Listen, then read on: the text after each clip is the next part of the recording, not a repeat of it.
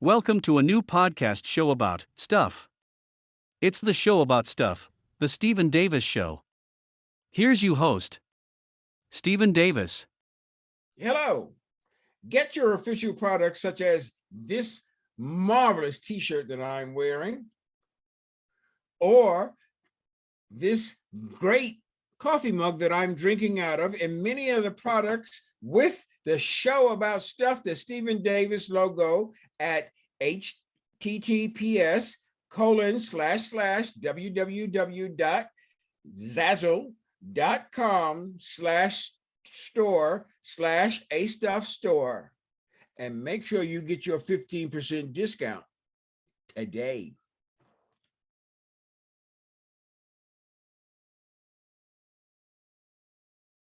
Hello to all. Welcome to this week's episode of the show about stuff, the Stephen Davis Show. This week, I have two wonderfully creative people who have had long careers in movies, live shows, and also being a singer-songwriter. My first guest is Keira Wesley-Busher, who has produced over 1,000 shows worldwide on multiple platforms, including live shows as a recording artist. As a singer-songwriter, she has recorded her new album entitled Sonic Comfort, writing 3 of the original songs. Cagle, a movie producer, director, writer, is the president of Cagle Vision, which has been producing films since 2001. Mr. Cagle's latest film, My King, is now showing on Amazon Prime and has won multiple awards worldwide, including this month at the Brazil International Film Festival and the Alternative Film Festival in Toronto, Canada. Welcome to the broadcast. How have you all been? Fantastic. Awesome. Thank you for having us. Thank you for so much for being here. How did the pandemic treat you all? Oh my God. At first, it was like, of course, none of us knew what to expect, but it turned out for me to be like when it was a perfect storm, a bad storm that turned good. I was able to produce an album myself, start a new show. So it turned out to be okay. A little rough, but it turned out okay. But you probably wouldn't have done all those things if you would have been still working and doing other stuff. So this, as you said, it's a blessing. And I've never been still that long. So Kenya, how was your pandemic? Pandemic was rough for me. A lot of things had happened besides losing so many beautiful people. I got really sick, and I got really sick in March. I couldn't breathe, couldn't walk, had no strength, and every day it got progressively worse. One day when I was trying to breathe, I decided I was going to call hospital, and my phone, at the time I went to call, my phone was not working for some reason. And I live across the street from Harlem Hospital, which is normally a 5-minute walk. It took me over half an hour to get from my house to Harlem Hospital, where I was falling and crawling. And no one offered any help or anything like that. So I made my way into Harlem Hospital. They checked my oxygen at that time. My oxygen was a 75 and we needed to be a 95. I really thought I was gonna die. It was the most horrible feeling in the world. While I was in the hospital, the doctor came over and he said, "We have to admit you, but I'm gonna tell you something. If we admit you, you probably won't survive." He said, "We don't have enough staff and we don't have enough equipment." He said, "So what I'm going to do is I'm going to work on trying to get your oxygen level up right here." So he hooked me up and some other stuff and the oxygen, and about 8 hours later, my oxygen started to rise. In fact, it became an issue where the doctor said, "Listen, my shift is ending, but something inside of me is saying that I have to help you." He says, "I'm not leaving until we get your oxygen level up." Oxygen level up, he told me to go home, try and survive, and keep in touch. And I came home and I still thought I was gonna die. But I had a lot of prayer, a lot of people praying for me, and people coming over, helping me out. I couldn't go anywhere to get food. I was just too weak for that, but I had friends come over, bring it, and it took a while, but thank God, my strength started to come back, and I'm here. Thank you. It was, Yeah. Now we're going to start off with how I usually start off the show, because I want people to know about you on a personal basis, starting from your childhood. And we're going to start with you, Keira. Where were you born at? I am from Wichita, Kansas. Tell us about your parents. My parents were from Kansas too, both activists, both high achievers in affirmative action. My mom she was just on the Today Show. She was the youngest and first sit-in participant at a drug counter. They were just on the Today Show with Chanel Jones. She was 15 when that happened. My dad was also an activist. He was an educator, then a venture capitalist. He had a MESBIC. A MESBIC is like Reginald Lewis had. It was a minority enterprise small business investment corporation. He leveraged millions of dollars in minority businesses, so he did that. And that's really what gave me my foundation in business plan writing, economics, and I didn't even realize it. It was just like by osmosis, I kind of absorbed it. My mom was the first Black banker in Kansas. So I had those kind of parents, Jack and Jill Links, all that stuff. You had brothers and sisters? I have one sister. She's a school teacher in Atlanta, kindergarten teacher. Older or younger? Younger. So you the big sister. Big sister. The big rebel sister. Where did you go to high school at? In Kansas. And then I went to college in Kansas and in New York. But I'm getting you a chance to do a shout out to your schools. Oh, no, I don't need to go. I never, Kansas. Okay. Hollywood Heights. I'll just do Hollywood Heights. Wichita State, shockers. It was Hollywood Heights. This is funny because I went to high school in North Carolina and I lived in Hollywood Heights. Wow, amazing. Hollywood Heights has Antoine Carr. He was a basketball player, Cliff Livingston. So we had some nice, Darnell Valentine. We had some nice basketball guys come from our school. So, it's a basketball state, a basketball city.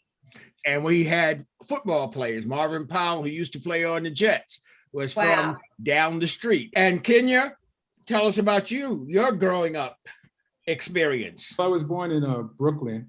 Oh yes, Brooklyn. In Kings County Hospital of all places. And my mother was born in Kings County. Yeah, I grew up differently. My mother and father were with me. They raised me, but my parents were poor and uneducated. My father made it to, I believe, the 6th grade. And I think my mother was to the 8th grade. I grew up in Bed-Stuy. I was on Lexington Avenue. If you knew Lexington Avenue at that time, it was just a row of tenements and a lot of suffering and poverty over there. I was the first one in my entire family to actually go through high school and go in college, get degrees. I was the first. I wasn't the last. I was the first. Thank God I have a bunch of cousins and stuff who are also doing this thing and achieving it. My mother gave me great values. My father gave me great values. My father was a factory worker. My mother, she was a house cleaner. She would work and scrub floors and stuff just to make sure that we had a good education. I attended high school at High School of Performing Arts. And at that time, it was the High School of Performing Arts. It was very difficult to get in. When I went in, we had a senior by the name of Freddie Prinz, who was probably the most famous person that ever went to our school. But our school also was a school where Glenn Turman went, and Lena Horne and Diane Carroll. So Sidney Poitier's daughter was there while I was there. It was just, I went to a school with a bunch of kids and people with backgrounds that I've never seen. I didn't realize there were so many wealthy middle-class Black folk until I got there, because everyone in my sphere was struggling in poverty. But that was my upbringing, basically. It was tough, different things happening. I saw different things when I was younger that a person shouldn't see, and some people never saw or lived. But I made it. You're here. And did they have a TV show, that Fame? Yeah. Yeah. Fame was a feature film by Christopher Columbus about our school. My high school, there's more movies about my high school than any high school in the United States of America. We had great teachers. We had great camaraderie. When you look at the movie Fame is actually it really tells the story of our school. Our lunch breaks was filled with a bunch of dancers and musicians and singers and actors. And our lunch breaks, we were creating in the lunch breaks, we were dancing, we had dance contests. We couldn't even wait for lunch to happen. There's a song on the album, if you listen to it, called Shake It, Sadie. Sadie was actually the Black woman who was in charge of our lunch. And I think the lunch was 55 cents or something. Sadie made sure you paid for your lunch. She was a great person. And then we had there's a group that he didn't put in the movie. We called them the Whoopie Ladies. And the Whoopie Ladies were these administrative aides who were to help keep us in and stop us from cutting class and stuff, and they'd get us out of the hallway. It was a great school, a great place to be, great place to grow up in. When Performing Arts High School, that's one of the best years of my life.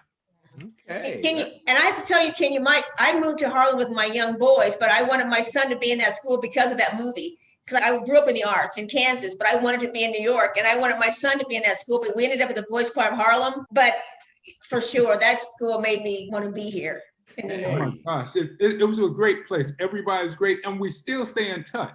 Wow. I graduated in '75, and I'm still in touch with all the students. And we have a bunch of students who are famous and just doing things, changing the industry. Yes, yes. Now, Keira, you go to high school, you get out of high school, you go to college. After you left college, what did you do? Or did you go straight from high school to college? Yeah, and then I also did an engineering program at Boeing too. So I'll tell you, I wanted to perform. Like I did piano, ballet, jazz, tap, guitar, vocals. I was always in music theater, my whole life, modeling, teen pageants and everything. Then I get out of high school and my parents go, oh, my dad, we don't pay for that. That's just something that you do. So but I understand where they were coming from then. So I go to school, I get married, I'm at Boeing. I was doing facilitator for statistical process control. I was achieving there. I hated every single day I was there. And I thought, do people really do this all of their life, day after day, come here? So I'm married and I'm at Boeing, and I take a leave of absence. I go to this seminar. A lady at Boeing I met, she sent me to a seminar. It was run by Dr. Phil McGraw, believe it or not. I was like 23 years old. He was the one that told me that I didn't have to follow everything my parents said. What I did is I actually took a sabbatical from Boeing. I opened up a performing arts school, I bought a theater. Nobody knew I was going to buy this United Artists Theater for performing arts. And that led me on a journey in production, film, all around the world. So I'll stop there so we can go on to something else because it's a full story about that. You got time to talk about it if you want to. Okay, I'll tell you. So I ended up, at this little theater in Wichita, Kansas, I had models and I had talent. Somebody needed to discover my talent. So I brought my band to New York and I brought them to the Apollo Theater. So when I was at the Apollo Theater with my group, there's a guy sitting up in the balcony, Maury Starr. So he sends a note down to me and he says, I want to meet you. You look like Halle Berry, yada, yada, yada. So it ends up, my band is there for the show. I have all these business plans. And he said, well, I wasn't looking for you for these business plans, but you write this stuff. You write this stuff? So I have all my work with me all the time. And I go, yeah. So he needed somebody to write for his business plans. So from Kansas to New York, putting my group there, I end up on a journey, starting with Maury Starr. He had New Edition, New Kids on the Block. He was the producer of the year, grossed $4 billion with New Kids on the Block. So I went on this journey like Mr. Magoo, serendipitously, through production and writing business plans, through music, boxing, television. And then it puts me into where I'm a producer for Montel Williams' show when I finally moved after my husband died when I was 30 with my young children. So it brings me to New York, fast forward. That's where I started producing television after that. Okay. Now, Kenya, how did you get started in after you left High School of Performing Arts? And did you go to a job and then, or did you just dive right into the performing arts?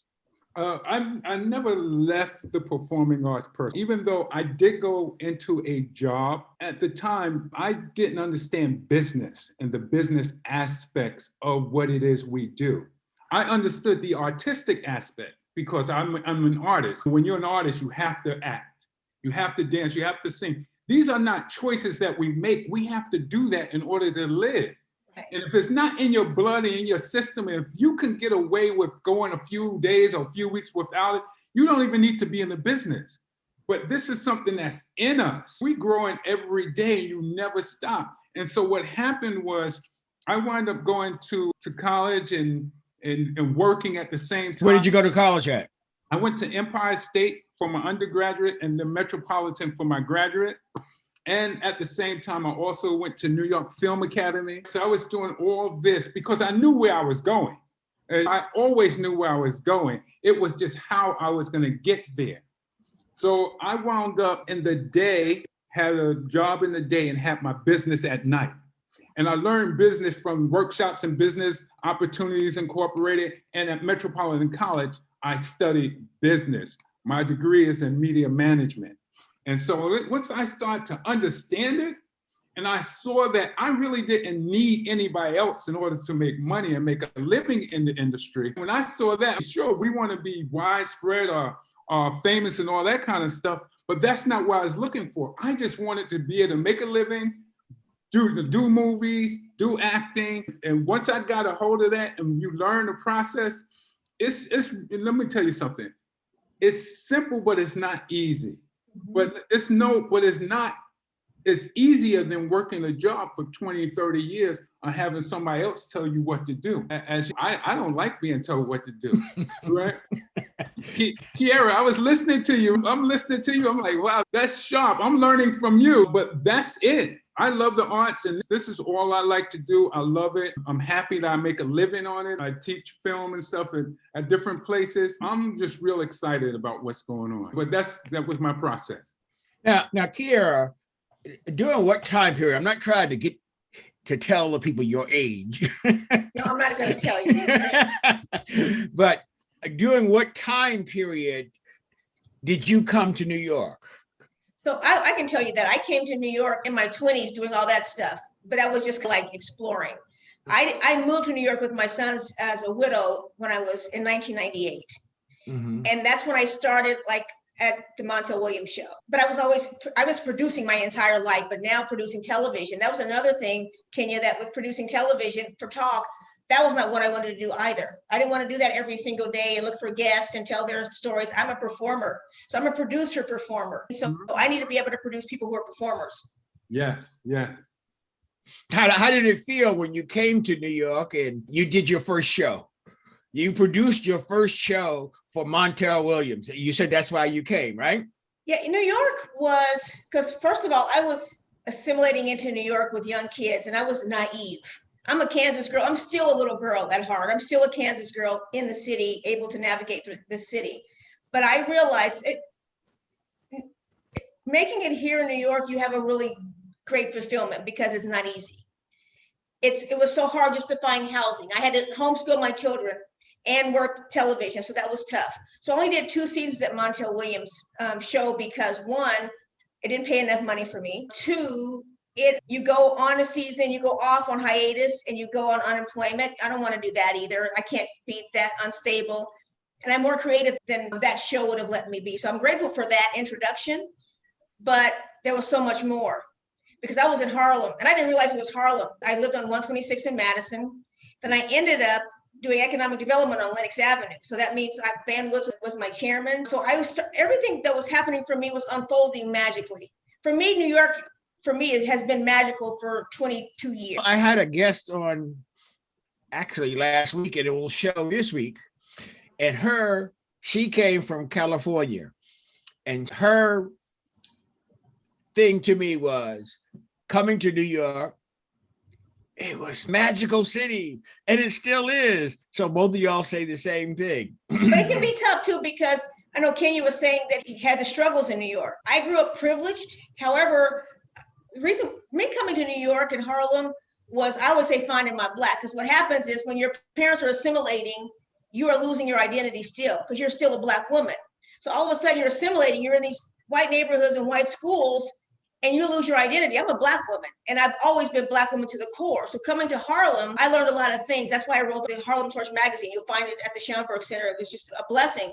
because I needed to write about Adam Powell and Langston Hughes. And meeting Barbara Ann Teer was my first interview for the magazine. Okay. Dr. Barbara Ann Teer told me then, I sat at her feet and she talked to me. She told me that it was very depressing and sad when you lose your identity that way and you have to discover yourself. So she was one that I have her article still. It's tremendous, the people that I was able to interview, because I was finding myself there. That's why it was magical. But also as a single mother and being a representative of other single mothers, of how tough it could be. And I discovered that too, and things that you have to navigate through just to get your family to survive and flourish in the city. So that's, I learned that. Tell the audience who Barbara Ann Teer was, Dr. Barbara Ann Teer.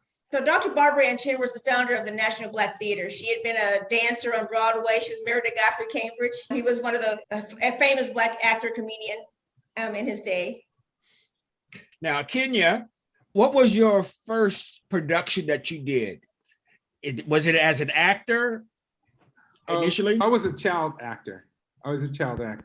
My first production started in junior high school, and we were at junior high school 35. But the thing that was unique and significant about us acting as junior high school students is that we were so good that we went on tour to all the HBCUs. We went on tour to all the HBCUs producing Pearlie, Ossie Davis piece as a musical. And in our immediate was Kashif, the musician Kashif, and Fly Ty Williams. Fly Ty went on to create Cold Chillin' Records, which was evaluated at one point at $500 million.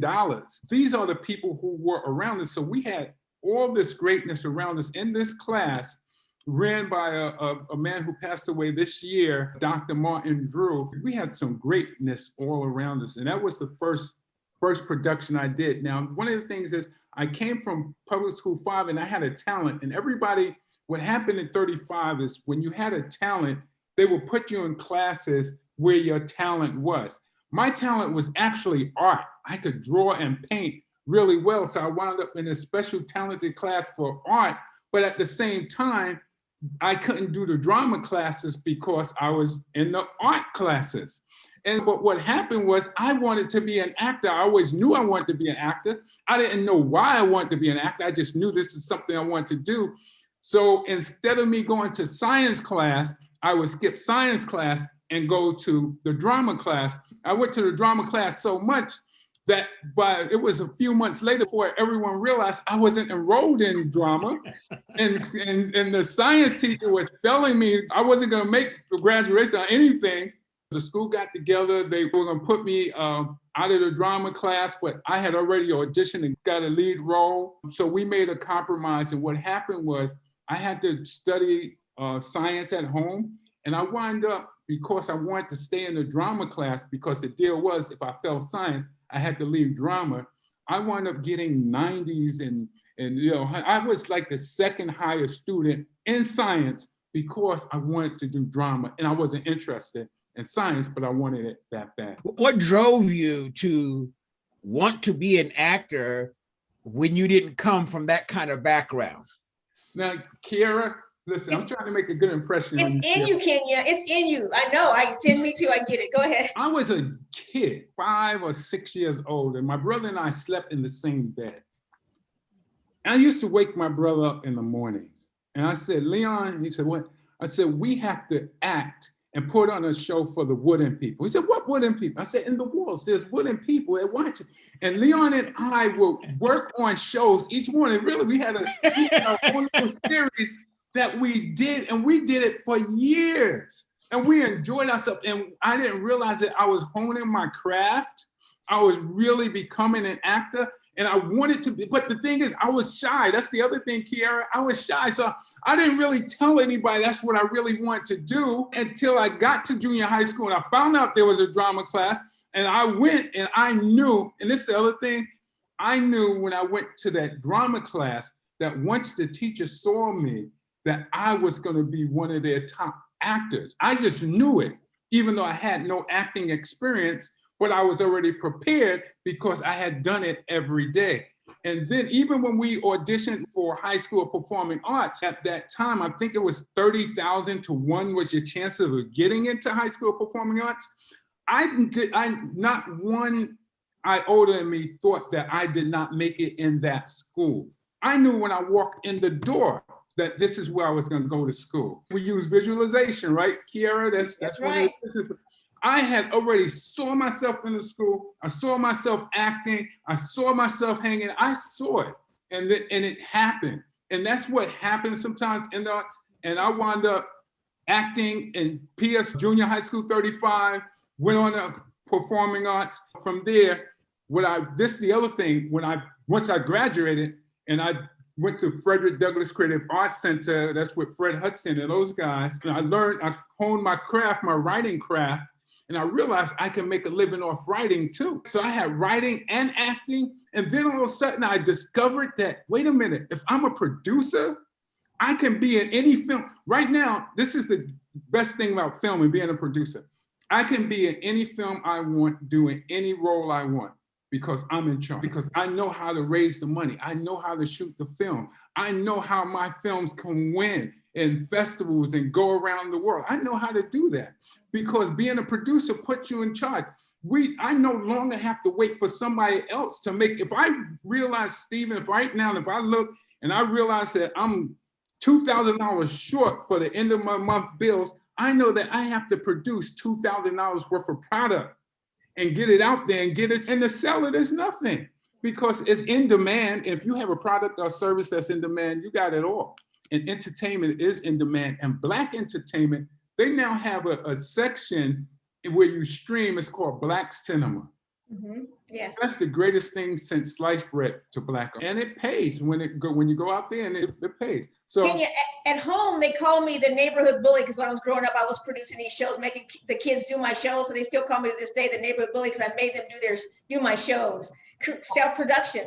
Yes, Keira, just like that, self-production. So tell me, I'm sorry, Steve, I'm ready to take over. Oh, no, keep on. I'm loving it. But the question is, Keira, tell me a little bit about you and the kids in the neighborhood, because I have a story too I can tell you about. So like I'm acting now and I'm performing now because that's all I'm going to do now. I'm not going to do anything else, but I'm going to produce, I'm going to sing, I'm going to act, I'm going to do that. So I've been off Broadway and movies now, but I would write my plays. I would watch, we would have the Jeffersons, the Good Times. I would look at those shows and I would go back and write my shows and tour the neighborhood. So my dad, though, as a venture capitalist, he really nurtured that entrepreneurial skill in me. So he would say, okay, if you're going to do your shows, write the plan about the shows.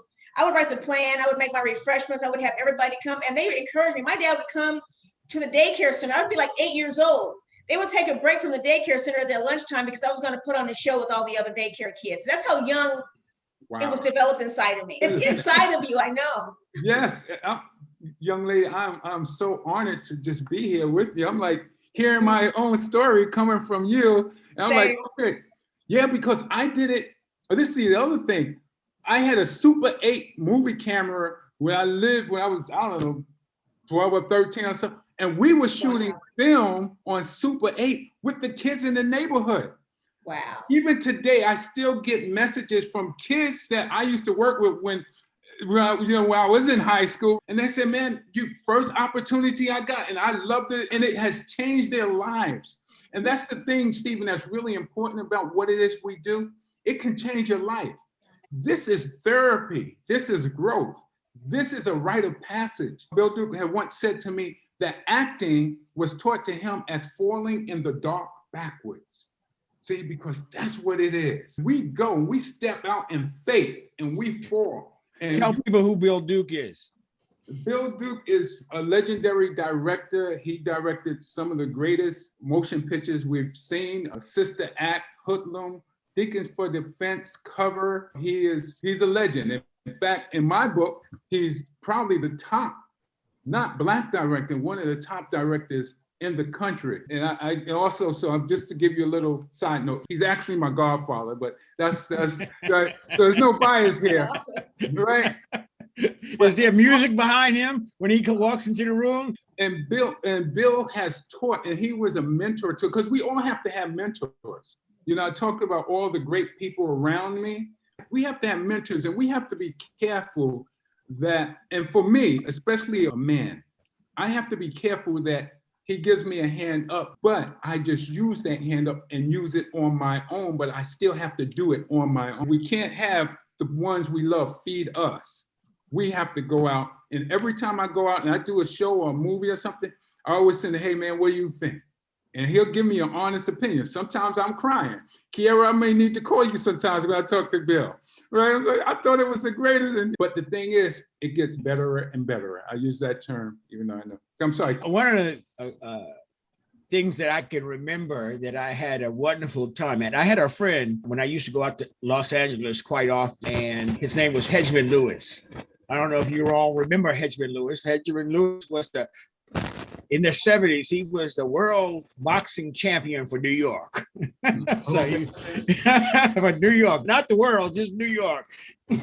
But anyway, he had moved up to Los Angeles and he was helping me do something. And one day he took me by the set of Hunter when Bill Duke was directing it, and then he introduced me to Bill Duke. So that's a wonderful experience. Now, back to you, Keira.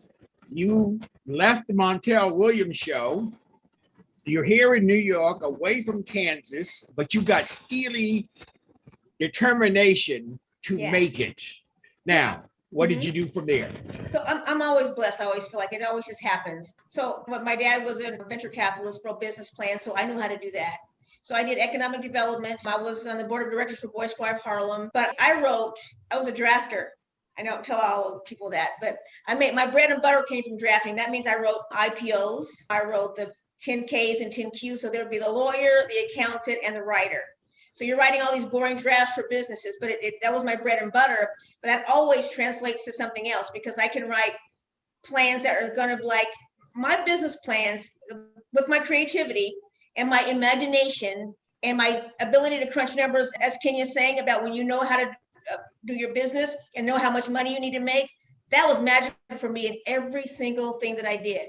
So I ended up getting economic development. I was an executive director for a local development corporation in Lenox Avenue. So my magazine was funded by the city of New York under the Giuliani administration, believe it or not. I got tens of thousands of dollars to do a magazine from the city of New York, a resource magazine. So those kind of things, I was just creative in doing things. So I went from economic development, then I went to education reform because the Boy Squad of Harlem was in trouble. And I became really close with Dr. Turnbull. What I wanted to show then too is I wanted to show kids that they could make a living on this. If it's in you, a lot of times their parents don't want you to do that because they're scared for you. That parent fear gets on you. They want the kid to be able to make it, so they want to push that great singer into being a nurse. Well, I wanted to make sure I could also help the neighborhood and let the kids know they can make a lot of money and different ways to make money. And the arts, not only it's lucrative if you know how to do it, but it's also healing. It can feed your family for generations if you know how to do it correctly. And I learned how to do it correctly. So I wanted to pass that on to other kids. So I just serendipitously, my life just unfolded that way in production, in economic development, and in the arts. One of the amazing things, and I talked about this at a different time, was I remember the time where you told your parents that you wanted to be an actor or a singer and you're going to leave your job at the post office. That job at the post office, you can leave a good job, but that's what pushed us forward. And that's more the theme of this show that I do, weekly show, is progress despite obstacles. That we have moved the ball forward, even though particularly in the fields that you are being in, that was like the top of the line for certain people. And you weren't supposed to be in that unless you sang, and you had to sing for me, not for yourself. You couldn't be your own producer. What are you talking about being? I remember when Bill Cosby, but also I say in terms of myself, that when we talked about buying some networks or buying some cable systems, it was like, are you crazy? And goodness knows Bill Cosby had the monies to do, but they refused to allow him to buy it because, hey, he wasn't supposed to do it. So it's such a great thing to see the change in life. There's no jealousy in terms of the younger folks now moving forward. It's, hey, we help them to be able to get to that point. Because you got to build on something, and they built on us. What are some of the shows that you did that you are most proud of, Keira? I'll I'll tell you some of the shows like that changed my life. Like I'll say I produced Ron Grant. He had the Village Underground. He had one of the most famous open mics. So when I was at Mist, I was producing this most recent Mist, producing shows all the time. This open mic with Ron Grant, he was with Sony Music. Like he helped vocals with Mariah Carey and Beyonce, and he was a talent scout, but he had a famous open mic where everybody wanted to be at his open mic. So I got to produce his last open mic at Mist before he passed. That to me was a life-changing experience because it showed me that it was not too late for me to begin again musically. It showed me another area. I think that's important for me too. That's Ron Grant. And then also the Boys Choir Harlem. I did a play with those kids. When you do a play, Kenya, with kids that are super talented in a school like that, I show them how to write a play. Mm-hmm. So I showed them how to write a play called The Century of Black, where we did the centuries of 100 years of Black. And we did all the performers in those decades. But to watch those kids and their gift, like you said, Kenya, with all the performing arts kids, put that show on at the highest level, that was probably one of my most rewarding shows, to watch those kids bring that show to life completely and to show them how to make money with that show. Yeah. So I'll have to say those are the two, outside of me performing, those are the two favorite things I've done. Kenya, what was the first movie that you actually produced and directed? Wow, that's great. The first movie I actually produced and directed, I'm going to say, is Goodnight Charlie. I'm going to qualify that. Goodnight Charlie I produced in 2004. When I was with the kids, we produced movies back then. One was named Rock Heavy, which was a little gang thing. But my first actual movie that went commercial, that got out there, was a piece called Goodnight Charlie in 2004. 2004 is when I decided to leave the city of New York, that I was tired of it and that I had already established and found a way to make a living off of what I was doing. And Goodnight Charlie is just really interesting. It was about— Where did you move to? You can't leave us hanging. You tell us you move out of New York. Where can you move outside of this great magical city? No, actually, I had went to Long Island. Oh! I had gotten married, have children, and moved to Long Island. We had that nice middle-class lifestyle. I had the three homes, and during that time, I had the three homes, I had the cars. I was pretty wealthy and was totally miserable. Because you moved away from New York. Yeah, because I moved away and I didn't have enough time to do what I wanted to do. I wanted to produce film. So I stopped it all. I'm like, you know what? I don't really need this. I stopped it all in 2004, left the job, all that, and just started making my own movies. Goodnight Charlie is really emotional. It's more emotional to me now. Goodnight Charlie was about my nephew. I have a nephew who, he had gotten in some trouble years ago. He got in trouble because he was selling guns. And when he was selling the guns, he got arrested.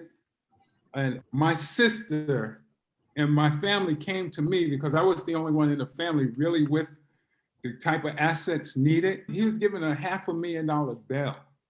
And I was the only one who could come up with that. So I came up with it. He went out on bail. And at the same time, it caused some rifts in my marriage. But in real life, Charlie did what he needed to do. And he went through the system. But I have thought about it. And I'm like, what if Charlie didn't do what he had to do? Thus, we came up with the movie, Goodnight Charlie. And a few years ago, Charlie was at a Labor Day party a few years ago, and some guy came in, saw his girlfriend dancing with someone else, and start shooting at the guy that the girl was dancing with. And he wound up shooting everybody except that guy and his girl. He actually killed Charlie on that Labor Day. And so now the film is even more important to me and close to my heart because last Sunday, my sister passed away. In fact, we have the funeral tomorrow. And both Charlie, her character, and his character are the main characters of my film, Goodnight Charlie, my first film. So that's why it's important to me. Deepest condolences. Okay, now back to Keira. Now, you have decided during the pandemic that you're going to put together an album. What made you decide to do that? And what was the process in terms of getting that done, particularly at that particular time when you couldn't really go out? What had happened, I had already 4 years prior to COVID, I decided to go back to performing. So I was doing like off Broadway. I've done some small films and getting my vocals together again. I'm just sitting still. So what happened was my dad, that whole thing with my dad and Alzheimer's, one of my sons is in marketing with Adidas and a lot of the high brands. So I was going to do a song record a song for a marketing thing for my dad. I did a remake of To Serve With Love, and that was for a commercial piece. So I did that. We did an animated music video with that for a commercial piece. And that kind of jump-started me to continue to do it. So I finished that. I got to do that with the music director for Whitney Houston. So he did Whitney Houston and Aretha Franklin. So I had the top musicians to be on that song. So I just continued on with these top musicians to do a full album. I'm a writer too. So I used to write plays and music when I was young. I was composing when I was young, composing music, plays, writing songs, playing the piano. So I wrote 3 songs on the album. So I wrote a song for my dad, The Window. That's out now. I wrote Melodic Stimulation about a producer. I wrote Broken, and I wrote Love Vibe. So all these things were just coming to me while I was sitting still during COVID, because I've never been still. I was always hustling. I was always making money. Somebody's always grabbing me for their stuff. This is the first time that nobody could grab me to produce their stuff, and I could actually focus on producing what was inside of me my entire life. And that's how it happened. And I would go to the studios. I would make sure it was already like lights all down. I didn't go anywhere else except for the recording studio. That's how it birthed, because I was still. And I let my creative part of me be the focus. I have an interesting story. Back in '84, I produced a demo of a couple of songs with a friend of mine that was a good artist. He was a good artist. And I had a friend here in New York who, his name was Paul Marshall, and Paul Marshall was the top lawyer for Polydor Records. So I took it to him when I came back, and he said, I will listen to yours if you listen to mine. So I listened to his and said, oh, this is a good album, good songs. And so he listened to mine and said, oh, this is a good song. Mine didn't happen for varying reasons, but his did happen because he was also the lawyer for Whitney Houston, and it was Whitney Houston's first album. So I got to listen to her first album before it was released. So Kenya, after your first production, how did you move forward? Now let me ask you this question first. Were you both producer and director of that first film, Charlie, or you just was the director, or you just was the producer? I was the writer, producer, director, and I had the lead role. Whoa, you had a lot of jobs. I had a lot of fun doing it. And I started, once I saw how it was done, because that was my first time really applying what I knew about business. And when I realized that I can't be an artist and eat. Artists don't eat. I had to be a business person. I had to figure that part out. And once I saw what my model was and that I could make a few dollars, I said, okay, this is it. I got it now. I just knew it now. It was Keira's swinging a baseball, never hit the ball ever. Right. Then you hit it, and that feeling. Yes. Oh, that sweet spot. Yes. And I know I could do it. And I knew I could get better at it. And you have to realize too, Stephen, that as I was growing up, I met a lot of writers who couldn't write. They had their names on films, but they couldn't write. And I had a small network of doing some ghostwriting for some folk who had big names, but really, so I got a couple dollars here and there doing that and learning how to hustle. It was all part of hustling. It's all hustling. That's what we do. We're doing all kinds of things. We are marketers. And that's what I love about Keira. And Keira's hitting it on the spot. So if anybody's listening, they want to get into there's the other side. First thing is you have to have that business plan, especially if you're bringing in other people and other investors. You better have that business plan. It better make sense. I mean, see, I do it myself, but every now and then I have to raise money to get it done. And I can't raise money without a business plan. I can't raise money if I can't sit down and actually talk about each and every segment, how it's gonna work. Because as an artist, and that's the other thing, that's why you gotta realize you don't have to be a struggling artist. But as an artist, you better learn the business. You are a marketer. Yes. I'm a film marketer. I'm not a filmmaker, I'm a film marketer. Just like Keira, I'm just so impressed with this young lady, just listening to her story, because I'm hearing what it is I need to do and my story. So, you see my marketing piece. Fantastic. Yes. Oh, I'm going to fast forward to now, Kenya, because you have a movie out now that is actually showing on Amazon Prime at this moment. As a matter of fact, I went to Amazon Prime last night and watched it. You like it? Oh, I like it. I like it. Tell us about that film and what was the idea? What was the genesis of getting that film and what you had to go through to get it done? It's real interesting because we shot that film during pandemic time. It was an idea that was brought to me by a young lady named Karen Rock. And Karen is part of my team. My company is called Cagle Vision with a G, right? She's part of our team and she was working with us for the last few years. And she said, Kenya, I have this idea. I want to do a love story. And she knows I hate love stories, right? Because I like to do gangsters and fighting and all that other manly kind of stuff. And I thought the idea was a beautiful idea. So we worked on it, we created it. It's called My King. And I didn't expect My King to do as well as it's doing now. This is the 4th week of release and the 4th week it's been out. It's won over 18 awards. This week, I found out we won 4 more awards this week.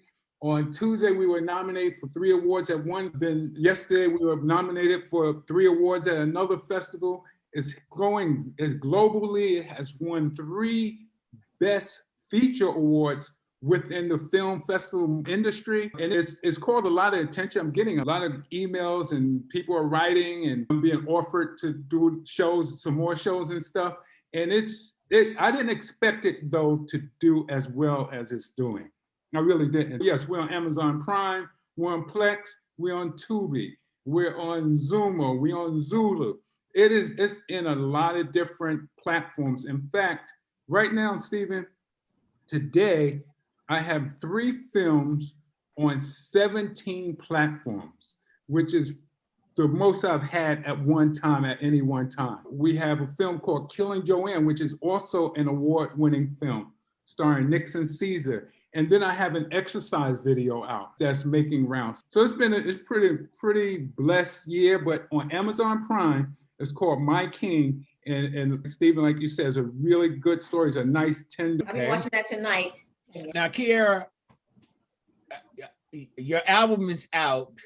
What are your plans in terms of promotion and performing for that album? My dad had a show Looking In on CBS, so I kind of took that show over and rebooted that show to be able to do what you do, just tell other people's stories, but also to go live. So waiting on COVID and the pandemic to be over, the biggest thing now is marketing the music and getting out live. And that's what I really love to do, is to prove that I can sing live and not studio vocals, but I love the audience. I like that energy between the artist and the audience. That's why I like Broadway. I like theater even more than doing film, because I like that interaction with the audience. So the next thing is getting out there and getting booking myself and getting booked to do shows. Okay. Do you have any tour planned, or? I have a lot of people. So I've been working the rooms in New Jersey, the restaurants in New Jersey. I just did an old show last weekend. So I get to do my album and the shows in Jersey, and then I'll eventually build up to more. As I start to grow, you start to grow your own fan base. Okay. I'm sorry, what's the name of your album? It's called Sonic Comfort. Where can we get it? It's everywhere. It's on Amazon. I think Tidal, Amazon, Apple Music, YouTube. It's on everywhere you find music. It's there. And you can call me and order it. I have some physical copies, but who does CDs and albums anymore? I have those too. Well, I totally plan on calling you and getting some information, picking your brain. I'm looking forward to Sonic Comfort. So how would you describe it as an album? What type of music is it? It's eclectic. I could call it Sonic Comfort because it's just the sound of music. So it goes from like dance music, country music, because I'm a Kansas girl. So I can do country. My country probably first. Mhm. We had black radio on Sunday nights only from 9 p.m. to 12. I would have to take my tape recorder and put it up to the radio just to get my R&B music. That's how white middle America my life was growing up. So I have that country base, but it's eclectic. It's dance. I did a Dionne Warwick remake, Valley of the Dolls. Okay. I did the Lulu remake, and I did Country Road remake, and then everything else I wrote myself. Fantastic. I look forward to hearing it. Your country side reminds me of, I was involved with a factory in Liberia, so I would go back and forth to Liberia, and on Sunday afternoons they would have country music in Liberia. Wow. You know what I'm saying? And the person that was broadcasting it from Tennessee, and he would say, "Hello, people in Liberia." In fact, the animator that did the animation for To Serve With Love was from Uganda. So starting a connection to be able to do you see this with your films, that it's now you have more of a global reach? Yes, I love it. I love it. In fact, I'm making plans on going. I really want to go to the West Coast. I want to get it out there. I have a few festivals that we've submitted to that are in Africa itself. Yes, I want that global reach. I love those connections. Yes. One of the interesting things for me was discovering that there was one person in Australia that weekly watches my show. And then there was somebody in Pakistan. Oh, wow. Great. That's great. So be global. This is a global world, a global economy. Yes. Everything has to be global now. Yes. We can limit ourselves if we want, but that's going to be on us, the consequences of limiting ourselves in this world, especially, Stephen, what has happened with the internet. It has changed and turned this industry upside down on its head. Because, see, the barriers to entry to this industry was real high. You had to have money, you had to contact it. Now we don't have to have that. We can make money just by having a great Facebook group. In fact, my book, Nat Turner, the Prophet, the story of Nat Turner, it became a bestseller with no advertisement or anything, just because it was on Facebook. Wow. And I advertised it there. And so for 2 years, I had this great book that I didn't put anything out. And remember, to publish a book now isn't like in the olden days. You don't have to put $5,000 or $6,000. I think it cost me maybe $15 to do my first publishing of the book. And after I did it, I saw myself making my car fare first. Then all of a sudden I was making coffee and lunch money. Then all of a sudden I was paying my rent. To understand, Prophet, the story of Nat Turner, it's in screenplay form, because I write in screenplay format. It actually took me 4 days but we have over 250 reviews on Prophet, the story of Nat Turner.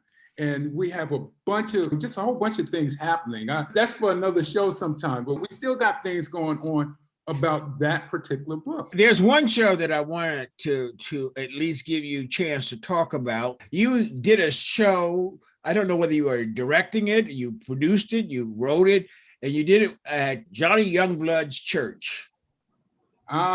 Yes. Yeah, you thought I forgot. I didn't forget. See, I love that Keira talked about the live audience experience. Keira because since the pandemic, and I'll go on to what we do at Johnny. When the pandemic happened, I'm part of Mount Pisgah Baptist Church. I've been part of Mount Pisgah Baptist Church for about 6 or 7 years now. And since the pandemic, every week we have a live performance. It's a cross between film and theater. Like this week, we're doing my take on 5 on the Black Hand Side. And so I wrote over 50 shows between the time I was sick until today. And every week we're live, we do it 5 p.m. It's called Incon LVT. We do it live on Facebook, YouTube, and Zoom. So that's Incon LVT. And when I got the vision of Nat Turner, now, Keira, I know you just met me, so I may scare you. You may not want to talk. Yes. I get visions when I write. When I'm writing and I really get into something, I get visions. I had in 1998 or so, I was part of Ma'afa. And Ma'afa is a production that was produced at St. Paul's Ministry every year by Dr. Reverend Johnny Ray Youngblood. Mhm. So I was in this production as an actor. And this production is called Ma'afa. Ma'afa means the great tragedy or the great calamity. And it's about the Atlantic slave trade. And so I would perform in it. I performed it for 4 years straight. And you have to understand, people come from all over the world to see this. Dr. Youngblood put this together really well. And I was an actor. And one day when we were leaving rehearsal, I was in a car with 3 pastors, and I was the only one that wasn't a pastor. And they were talking business, they were talking church business. And I was just sitting there, and then the Spirit hit me. And the Spirit hit me, and I said to them, I said, guys, and they said, what? And I didn't know what I was gonna say. And I said, I'm going to be the one to let the world know about Nat Turner and who he truly was. And they're like, what? And I'm like, I'm going to be the one. And so I thought, I didn't know what they were going to do. They said, look, let's pray. Let's pray. So I left them. I had stopped doing Ma'afa. I went on. I said I was going to never do Ma'afa again. But I went on and I kept having this feeling of Nat Turner, but I didn't really want to do it. I didn't really want to do it because I was doing all these other things. I had all these films going. I had all this fun going. I didn't really want. And one night I was home. It was about 2 o'clock in the morning. And I get a vision from Nat Turner. Wow. I'm using the word vision because I don't want to say ghost or anything like this. I get a vision from Nat Turner. And I look, and he's standing there in my bedroom, and I'm looking at him, and he's looking at me, I'm like, what? He said, and I'm like, you're Nat Turner, right? He said, yeah. I'm like, okay. I said, I'm losing. But I'm looking at him as if he's standing there, and he started dictating his story to me. Wow. He started telling me his side, how he felt about stuff. And I was so afraid. And I'm like, people don't have this happen to them. I called up one of the members of Reverend Youngblood's church. He had now left St. Paul's. He was at Mount Pisgah. And I said, look, and it was 3 o'clock in the morning. I said, Denise, I got a visit by Nat Turner. She said, that's nice. I said, no, he's in my house right now looking at me. And she said, okay, Kenya, are you all right? Is there anybody there? Are your windows closed? Right? Do you need people? I knew, but then she scheduled a meeting for me to meet with Reverend Youngblood. And so I felt that was my calling, that I had to talk to Reverend Youngblood in order to get this movie produced about Nat Turner, in order to get Nat Turner shown. So I met Reverend Youngblood at his house. We had a conversation, but the conversation wasn't just about Nat Turner. It was about our ancestors and what we went through. And he invited me to his church. I started going to his church. And then he said, Kenya, I said, yeah. He said, I need you to write my next production on Ma'afa. Wow. Ma'afa, he had for 20 years at that time. Wow. He had a great audience. And I wrote Ma'afa. He loved it. Every year for 6 years, I've been the one writing Ma'afa. We get thousands of people from all over the country. I produce and write, co-produce, because there's a young lady named Michelle Hawkins-Jones who worked with me. She's a producer and she's the director. Every year I write Ma'afa, and we produce 4 to 5 theatrical pieces per year. Just when COVID hit, we couldn't do any theatrical pieces. So now they're on Zoom. I hope I wasn't too long, Stephen. No, I love that. Yeah. Oh, No, sorry. it's a great story. It's a great story. Now, what I want to do in terms of wrapping up is give you all a chance to talk about your endeavors moving forward, what you plan on doing, and again, how the audience can get in contact with some of your works. We'll start with you, Keira. Okay, so I just finished shooting a couple of episodes on a new Young series that's coming out. I don't know where it's going to be. I don't know if it's Amazon Prime, but it's a play Professor Masters. Was cast in another HBO film that's coming up. I play the ex-wife of someone, and then my music and Looking In. It's on Facebook Watch and YouTube Watch. And it's also on Sister to Sister magazine with Jamie Foster Brown. And I'm just auditioning and doing my music. Okay. Hopefully that soon that you will be able to perform, and then I'll be able to push to my audience for them to come and see you, because I actually loved your To Serve with Love. I've always loved that song, but I've loved your version of it. So Thank you for sharing my music too on Facebook. I really appreciate it. That's a big deal. And now you, kid, what's up with you? In a few weeks, I'm producing a short called The Harlem Story, which is a BLM kind of program. I'm working on a project right now that I with Bill Duke. It doesn't have a title yet. I'm doing several episodes of that. I have a piece coming out this year called Dead to Right, which is a 10-episode, half-hour each piece for streaming. I'm also doing a piece called Cross Connection. We're doing that in July also. It's a short piece. And then we're doing the piece that's out right now, My King. We're actually doing a sequel to it that we got financing and funding for it. It's called My Kingdom. And it's actually a sequel to the piece that is out right now. And those are the things that I'm doing in the next few months between now and September. And of course, in September, I will be co-producing and writing my offer for Mount Pisgah Baptist Church, the live performance, because we believe that this year we'll be back in. And where's Mount Pisgah at? Mount Pisgah is located at 212 Tompkins Avenue in Brooklyn, New York. That's 212 Tompkins Avenue, right off DeKalb. And the telephone number to Mount Pisgah is 718-388-3900. Okay. Yes, Mount Pisgah. Thank you all so much for being part of this broadcast. And we really appreciate that mantra, progress despite obstacles. And you all are showing that very much. So thank you so much. That's it for the show about stuff, the Stephen Davis Show. Join us next week for another show. Bye. Thank you for tuning in this week. Hope you enjoyed this show about stuff. See you next time. I got my copy of 6 Days in December, My Father's Journey Home by Carlisle G. Leach. Do you have yours? Get it today on Amazon.